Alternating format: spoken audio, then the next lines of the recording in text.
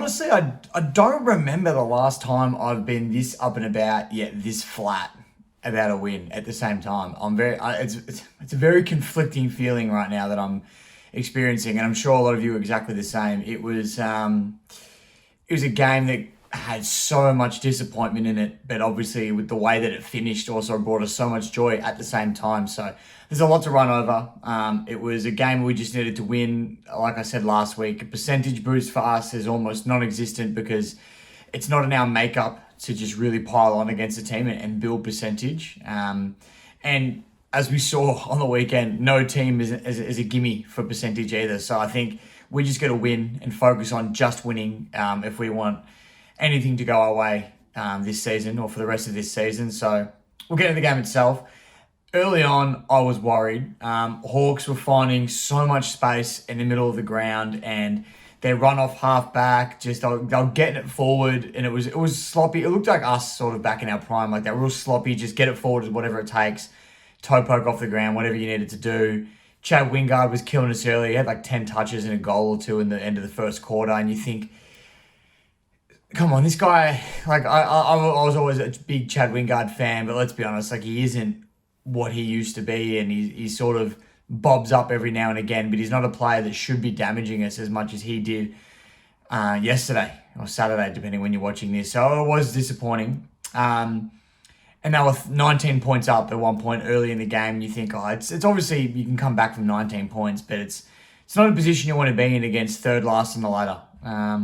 We then kicked 4 goals straight, and we settled and we hit the lead, and I think, all right, maybe we same as I said last week, maybe now we've settled, we'll just kick away a little bit, or we'll teeter and then maybe kick away. I'm not quite sure, but you just thought, all right, we look okay, we look like we've sharpened up, we'll go all right. Then Hawthorn go on to kick the next 6 straight.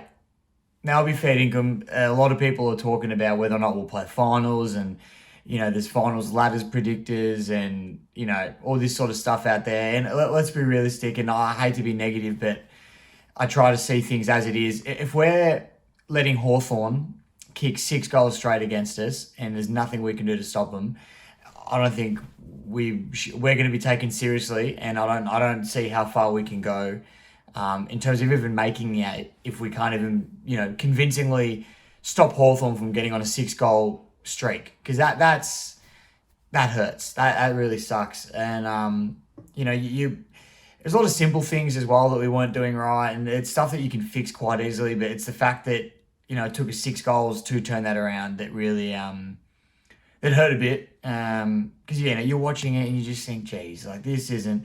And I know Hawthorn have been good, and they've beaten a couple of teams they weren't supposed to. They beat Brisbane at the G, but we know Brisbane don't play well at the G, so how much do you read into that? But I said it all year. I said that they're gonna rattle a few teams, especially teams vying for that last final spot, which of course is where we sit. And they really did. They rattled us. They didn't quite get over the line, but they rattled us. And then I'll move on from them. Then obviously we went and kicked 6 straight after that. That last quarter, I've watched that a couple of times, and obviously we came back from 30 points. I think it's the biggest 3/4 time comeback since like the 1940s or something. So I definitely didn't see it coming. But really impressive at the same time that we were able to steady and turn things around and get things back on our terms. But I think Hawthorn, being the youngster they are, definitely ran out of legs also, which helped us a lot. But that's obviously, Baker's moment. We all know about it. There's only so much I can talk about.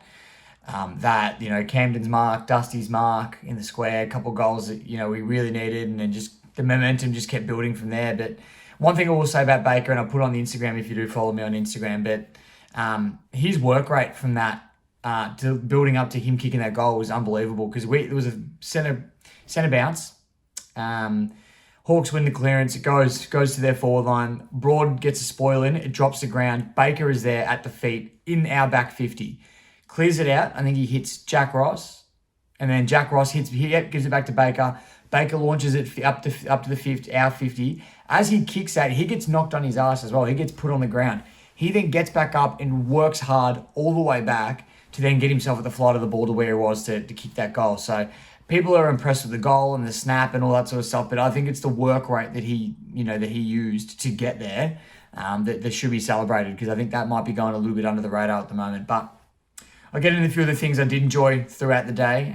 There wasn't many. It was a stressful experience. I was playing my own game of football on Saturday afternoon, so I didn't watch the game live. I wasn't there, unfortunately. But I came home. I didn't check my phone. I didn't talk to anybody. I got home, put the TV on, and I started watching it probably 5:30, 5:45, well after the game had finished. And I had no idea what had happened. I honestly didn't have an inkling. I had no idea. So as you can imagine, when we're 30 points down at three-quarter time, I was pretty keen to turn the TV off. But, obviously you sit there and you watch it anyway and just see what unfolds. So I'm glad I did that. It worked out well in the end. But again, I'll get into the things I did like. Noah Bolter, Mitch Lewis. I think that's a key forward / key back duo we're going to see going at it for a long period of time. Hopefully they're both young. They're both really good at what they do. Lewis kicked 4, but Bolter had, I think, like 14 marks of the day, a bunch of intercepts.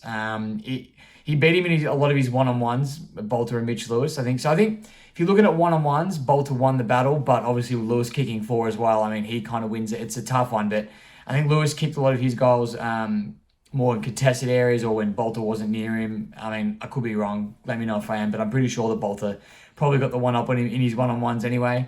Daniel Rioli was outstanding again. Slow start, but then just to steady himself and, get himself back into the game and do what he does best, that damaging run through the middle of the ground, the speed, his great ball use, that was right up there.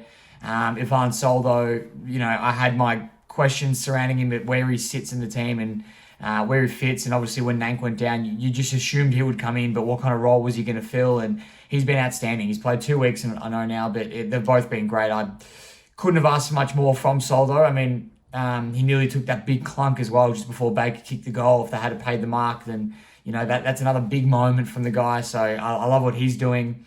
And, it's hard to look past Matty Coulthard, isn't it? The sub, the debut, the sub. He comes on, he had 7 touches, 3 score involvements. I think he went at a crazy high disposal efficiency. It was... He was great. He was great. He set us up with a couple of goals there. Hit Dusty in the square. He seems like hitting Dusty up. I mean, as a debutant, I'd probably be looking for him as well. It seems to be the safe option, but he was great and he was composed, and I think he looks good at the level. So hopefully we see him stick around for a few more weeks. I know Noah Cumberland bombed 5 on the weekend in the VFL as well, so he'll be knocking on the door. So it's going to be tough for spots for that sort of small forward or forward position, which is unreal. That's what you want. You want to see that. I don't know how far Jacob Bauer is off coming back into this team off his injury, but he's another one that'll be knocking the door down when he's ready to go. So it's a good position to have these forwards that are all vying for the same spot. I know Maurice Rioli wasn't too bad on the weekend either, so then he played more of a midfield role in the VFL, so there you go. And then the 2 that I thought were my favourites of the day, I gave Jack Graham my best on ground. It could have gone to a couple of blokes, but I gave it to Graham. And I mean, he had 21 disposals, a goal. He went at 81% disposal efficiency, 10 contested possessions, 8 tackles, and 10 score involvements. I mean, that's huge. It's great to see Fridge back to his best and, doing what we know he is capable of. And he can be, I don't want to say your A-grade type midfielder, but he can be a really solid Premier type midfielder where, any club would love to have him in there. He's just got to find that consistency, I think. And if he can do that a bit more often, then, we obviously know we've got a gem on our hand, but it'll be even more so. And then the last one was Jack Ross. I mean, big raps on Jack Ross. Again, 27 disposals, 93% disposal efficiency. He's so clean with it and he's so composed. 9 contested possessions and 7 score involvements. He was probably only a goal away from getting my player of the match. I think he's been outstanding the last few weeks, especially since he got dropped and named the sub. He has just reminded the coaching staff over and over again why he can't be the sub and why he needs to be picked every week. So I've absolutely loved it. But that's pretty much it. Like I said, it's a weird one. You feel good that we won and we needed to, but it's also a bit flattening at the same time that, they kicked 6 in a row and the game was as close as it was and all that sort of stuff. So thank you for watching. I hope you enjoyed the game. The finish gave most of us a heart attack, no doubt. If you're at the game, let me know what the experience was like, because I did miss out this week. And yeah, I think that's pretty much it.